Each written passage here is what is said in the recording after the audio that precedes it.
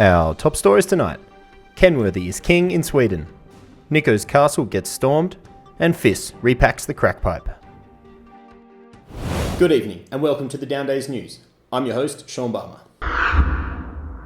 Up first tonight, we turn to Sweden, where the Unison Invitational went off with a bang. David Nee has once again proved himself as one of the best in the business sculpting a magical jump. Alex Oldal took third place with a switch dub 12 and a switch dub Misty 12. While Canadian slayer Vincent Gagné was busy blowing minds with his switch dub 16 and bio 10 Octo. Took him to second place, while big man on campus Gus Kenworthy took the win, spinning into the future with a switch triple 14 Japan and a dub 16 blunt, executed with Gus's textbook perfection. The big shock of the night was newcomer Frey Jonsson, who dropped this banging dub 7 safety and dub 9 safety to tail. Just found out I got fourth place, so I'm so stoked, dude. Freya just made the tricks I've been dreaming for years. Dub court 9 safety to blunt. Kinda missed grab, but it was just like mind-blowing. After a lackluster snow year in 2011, the Suzuki Nine Knights left Nico's hometown in Germany and moved south to Livigno in Italy. Livigno is a magic little town that is so remote they don't even have sales tax. That's right, a whole town that is duty-free. It means super cheap party supplies, so the tone for the week was set at the welcome dinner when we were introduced to the Suzuki Nine Knights beer, produced by the 1816 brewery especially for the event.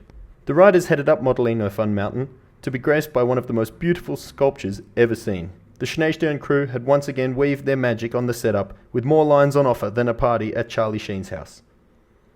For those not in the know, the Suzuki Nine Knights is a media event, with the idea being that the riders spend a week getting shot at by the media. With the heavy artillery of Nate Abbott, Tim Lloyd, Arlo Belujo and the French Foreign Legion sniper Louis Garnier, all with the riders in their sights, print media over the next season is bound to be filled with the collateral damage from this week. The still image specialists were also battling it out in 4 categories: Best Black and White Photo, Best Action Shot, Best Lifestyle and Most Creative Angle. The riders were also in competition all week, with Lolo Favre taking Best Style Trick, Tom Woolish took out Ruler of the Week and Gus Kenworthy picked up Best Jibber. There was also a stack of filmers on hand capturing everything that moved, including the wizards from the Headbud crew who were on site capturing images for their new flick, Same Shit, Different Movie. To see all of the best bits of the week, keep an eye out for Nike Chosen winner Lucas Tilke's edit of the event. It's bangers galore. During the Big Air contest on Saturday, the sun came out for a moment during qualification but then peaced out just as the finals begun. But the Snowboarding crew were on hand to salt the jump like an enthusiastic McDonald's worker promoted to the fryer. Russ Henshaw, in his comeback season from a serious knee injury, again got painfully close to a podium, stomping solid tricks. Roy Kittler stomped his first 14, and Colby West showed that his skiing still has plenty to offer with this dub 10, which he comes out of on a crazy rotation. Tom Wallish was chilling during the comp after a huge week of shooting and a heavy knuckle on the previous day. But thanks for your concern on the event video comment section. Relax, Tom's fan. Mini-Me, aka Christian Bieri, threw this sick Cork 7 reverse mute, and French pipe jock Ben Valentin showed he is more than a one-track horse, throwing down in the finals to finish 6th. Jonas Hunziker took the third place spot, with JOI champ Gus Kenworthy taking 2nd. But the ruler of the day was Swiss freak show Kai Mahler, poking his way to the top of the podium with a dub 10, dub mute, and dub 12 shifty Japan. A big thanks to Nico, Stefan and Carla and the rest of the crew for an amazing installment of this magical event. We look forward to the next one next year. And now, onto sponsorship news. Paddy Graham now has a new outerwear sponsor, picking up O'Neill, joining Niels Lauper and Virginia Favre. Henrik Harlout was spotted signing something at the Winter X Games in Europe. After seeking confirmation, we found out it was a new 3-year deal with full tilt boots. Henrik gets stuff done over the barrier. Producer of the greatest show on the internet, Shiskran TV, Cyril Hunziker has just had a new ACL installed, and we wish him all the best for his recovery. Rico Schuler took a heavy beat down at the Nine Knights in qualification and stretched his Achilles, but he will be fine. Legs of Steel are in Courmayeur to shoot some heli skiing, and Oscar Sherlin has joined the crew. And now, for a wrap-up on what's good on the internet. There is a great interview of Fabi Hayden of the Headbug crew on free skiing in Austria up on Downdays, and is worth a read. Kaya Turski's new webisode, EuroX State of Mind, is out. Kelly Sildauru has released her latest video blog, and Poor Boys have dropped their latest Postcards from Poor Boys episode, featuring Alex Schlope and Josh Christensen shredding at Tahoe. And now for the weather.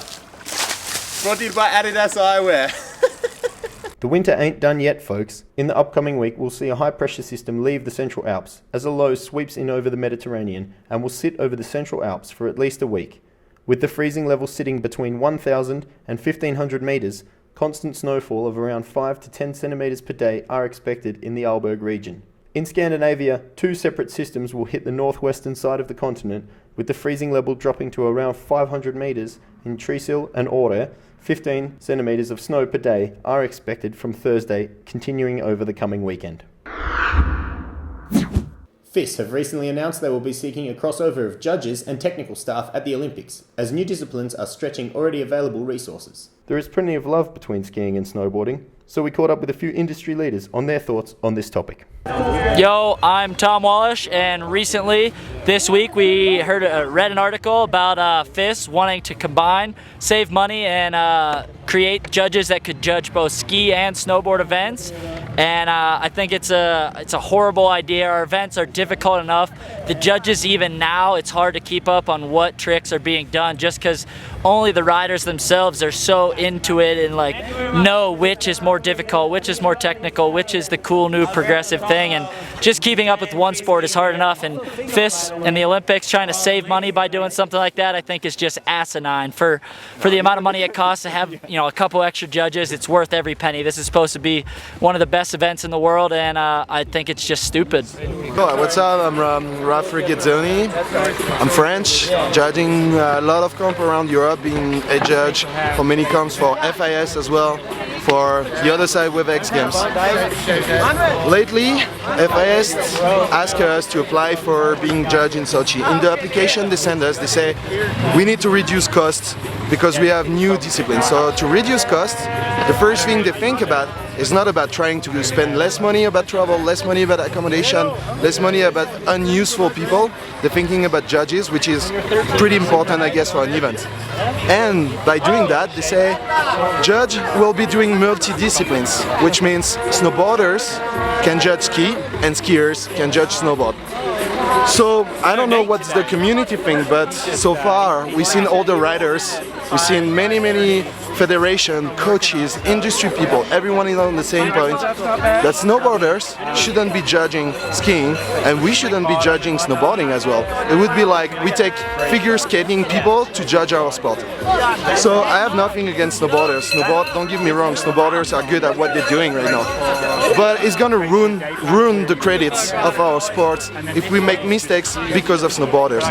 Snowboarders, they don't see the sport as we do. If you look, pipe is pretty easy, but slopestyle, rails, so different. Take off, switch, left, right, it's so different. And right now, there are no snowboarders able to judge ski at the same level as we are.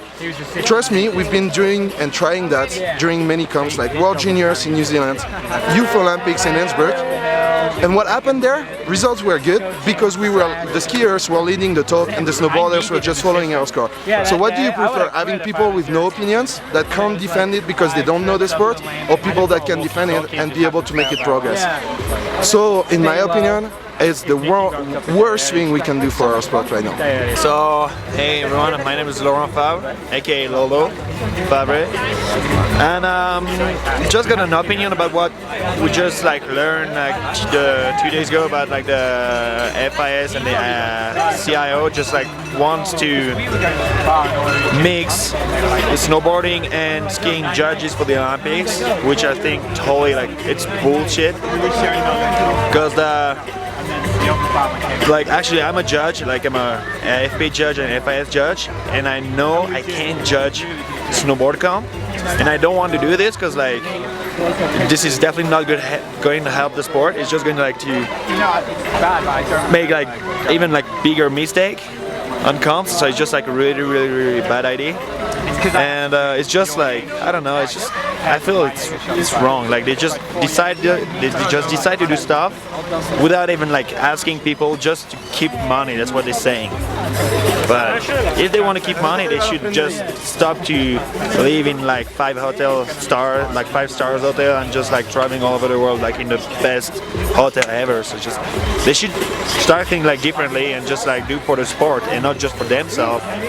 Hey, it's Rakitla, and just want to tell you my opinion about the F.I.S thing that they want to combine snowboard and ski judges in the next Olympics 2014.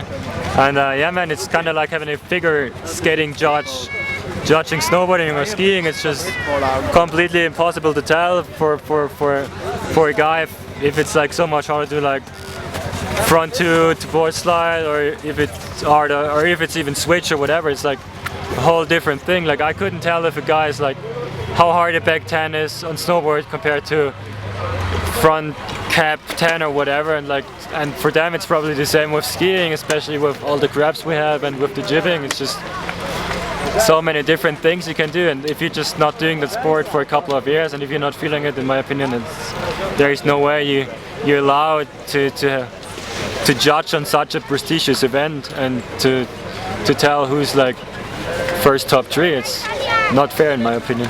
What's up, it's Jossie Wells here. My opinion on the combining of the judges for the Olympic Games. I have not come across one skier or one snowboarder yet that thinks it's a good idea. So F.I.S, listen to us. I mean, this has been our sport for a long time. Don't come in here and try to ruin it for us.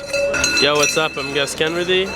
Just heard the announcement that they're thinking about using the same judges for skiing and snowboarding in the 2014 Winter Olympic Games, which I definitely don't agree with. I think they're completely different sports. They need to be judged individually. They have different styles, different tricks. They're progressing in different ways, and so I don't really think that you can have one person judge both sports, and I kind of feel like it's just them trying to save themselves a little bit of money, and really I think that our sport's new, but I think that skiing and snowboarding is going to be a big thing for the Olympics, so I don't really know why they're not putting more money into it, because I think it's going to be big for them in the long run. Thank you, everybody. Thanks for joining us this week on the Downdays News. I'm your host, Sean Barmer. Until next time, good night.